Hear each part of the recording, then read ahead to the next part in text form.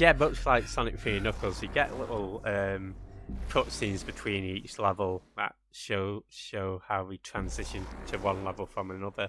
In fact, one of the reasons why Sonic Mania was not why I didn't prefer this to Sonic 3 and Knuckles originally was because there were level transitions, but not every level had them when this was originally released. But thankfully, during an update, they did add those level transitions in.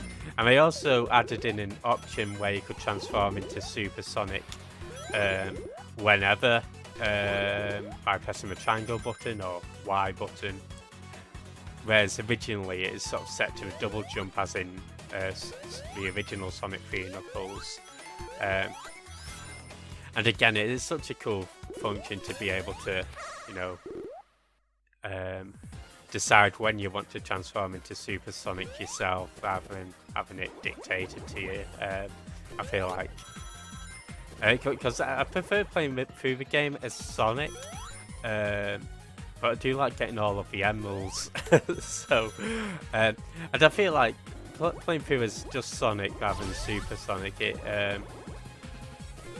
allows me, I think, just to enjoy the game a little bit more, because I feel like I'm competent enough at Sonic games that I don't have too much issue with them. So Super Sonic, you know, it's fun, obviously, to fly through the levels, and, you know, childhood Jeff Yard would be like, why aren't you turning to Super Sonic or Hyper Sonic?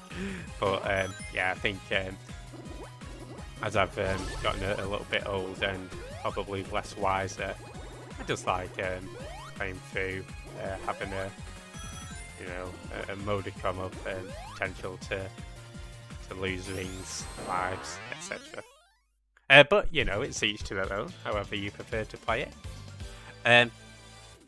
Unfortunately, because I've already completed the Blue Sphere stages, I can't show all of them off.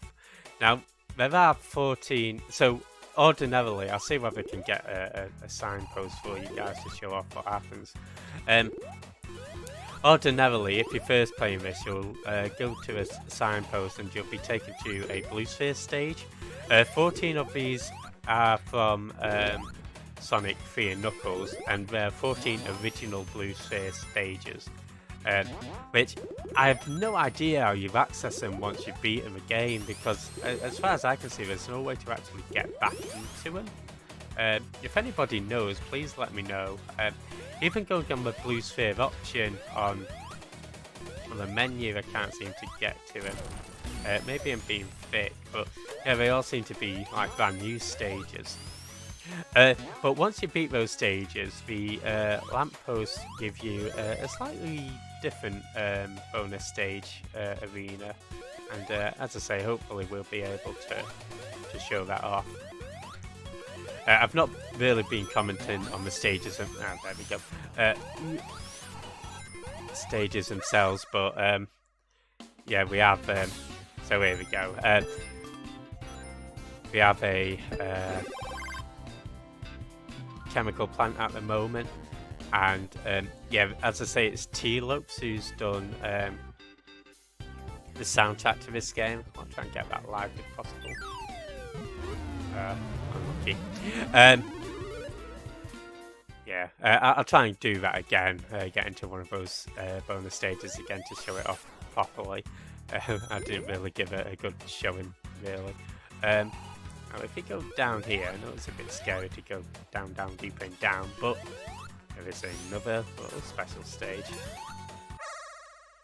So, this is number 5. I'd say this one is the one that I had most difficulty with. Let's go. I like to grab as many blue spheres as I can at first, obviously not neglecting the rings.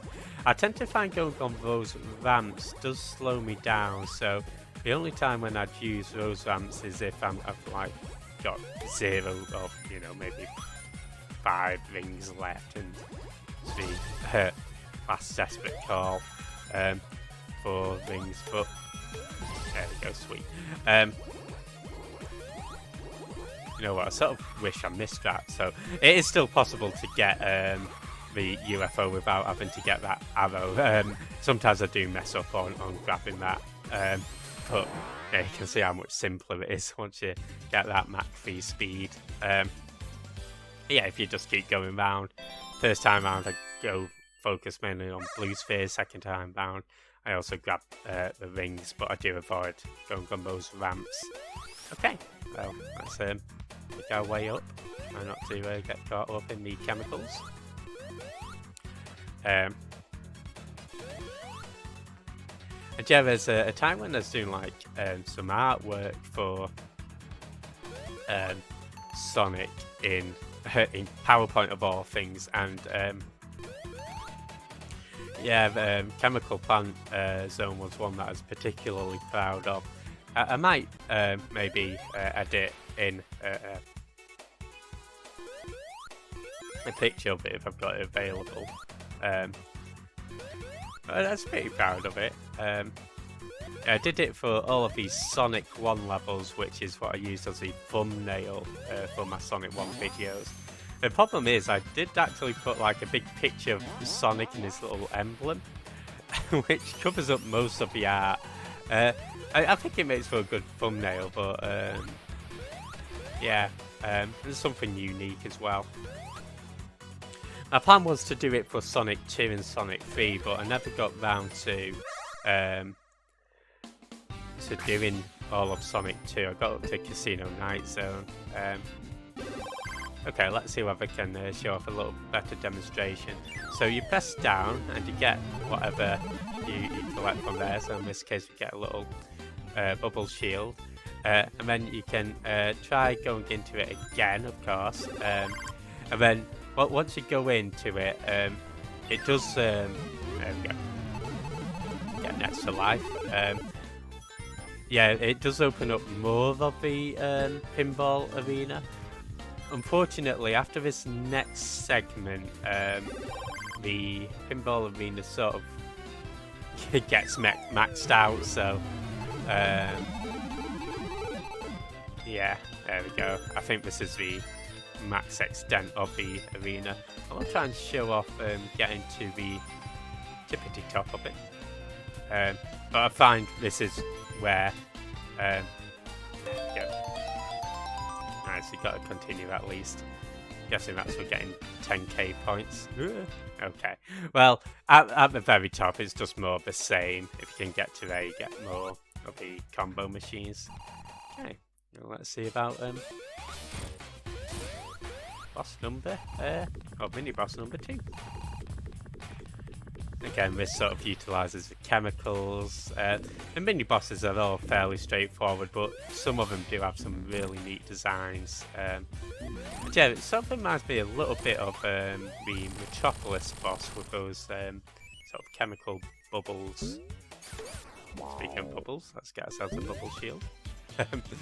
There we go, that's Act 1 done. Now, I mentioned that Act 2 tends to be a remix of various new gimmicks and stuff, and yeah, you see it best in Chemical Plant, where it's sort of got some wacky workbench qualities, but in a good way. Wacky Workbench is probably my least favourite Sonic level, or 2D Sonic level of all time, but yeah, Chemical Plant does Wacky Workbench, but well. I think the reason I dislike Wacky Workbench is because the gimmick is neat and all, the ground bounces you up, that's essentially it. But the problem is, it sort of impedes your progress because you want to stay on the lower levels in Wacky Workbench, and every time you get shot upwards by the ground, you end up in a dead end. You've got to go all the way back down, and then try not to get hit, try not to get shot back up, and yeah, it's just quite frustrating for me. Game design, interesting of course, and you know, if you do enjoy it, by all means don't let me dictate what you can and can't enjoy, but I think I prefer how Chemical Plant has utilised it, where, you know, if you go on the the bouncy portion, it allows you to progress through to different areas. Sometimes it's mandatory to progress, but you know, it's progression nevertheless, whether you're going to a secret area or going along the main pathway. So that's why I do prefer how they did it in Sonic Mania.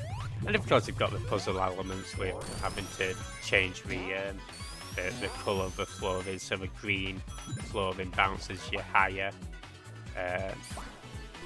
So yeah, it's pretty neat in that regard. That concludes my TED talk on Wacky Workbench and its gimmicks. But yeah, the Wacky Workbench gimmick, it sort of utilised it in a way where it sort of impeded progress, and you know, I can see why some people might dig it, because it does add a bit of punishment, I guess, to it. Okay, so this is the one exception to my non-using the ramps, just to get a few of those rings early on. And I sort of jump over the remainder of them. So grab these. Yeah, we'll focus on cutting the corner because I think that UFO's getting away from us a little bit. So yeah, this one tends to be like I'm not doing a good job of explaining, I guess, what's going on entirely, but the bombs sort of cost you rings, I believe. You don't want to fall off the edge as well. If you fall off the edge, you sort of fail instantly. So obviously try not to do that. Yeah, sometimes I find it best to jump around the corners as well. Because I feel that offers you a bit more control, whereas if you're running around the corner, you sort of go a wide berth at faster speeds especially, whereas jumping around the corner I think gives you a bit more, maybe autonomy is not the word that I want to use, but I guess a bit more control. Sometimes it's best to use those simpler words, Alan. Well, what's another word I was thinking of, though? But yeah, can't think of it for the life of me. I tell you what, whatever word it is that I've got at the tip of my brain, it'll come to me at like 1 AM tomorrow morning, and I'll wake up and I think, oh, that's a word I was thinking of. Anyway. Here we go, boss fight number 2, and it's a little callback to Mean Bean Machine. Now you don't have to worry, you don't have to be a Mean Bean Machine master. Robotnik, or Eggman if you prefer, plays very poorly. It's very easy. You don't even need to do a combo to get one of the garbage blocks on his side. Just getting 4 matched up sends 1 over there automatically. But we'll see whether we can set up a little combo for ourselves. So I tend to be fairly basic when it comes to Mean Bean Machine. I think this might work. And if I get a yellow here, then let's try and get a blue. And this should at least set up like a nice little free combo, right? So nice. Robotnik enjoys that. Yeah, Mean Bean Machine is another game that I've completed it once, probably on easy, and even that I found was a struggle. I'm not very good at puzzles at all. Okay, well, let's keep going. Not entirely sure what I'm doing here. Okay, let's maybe try and set up a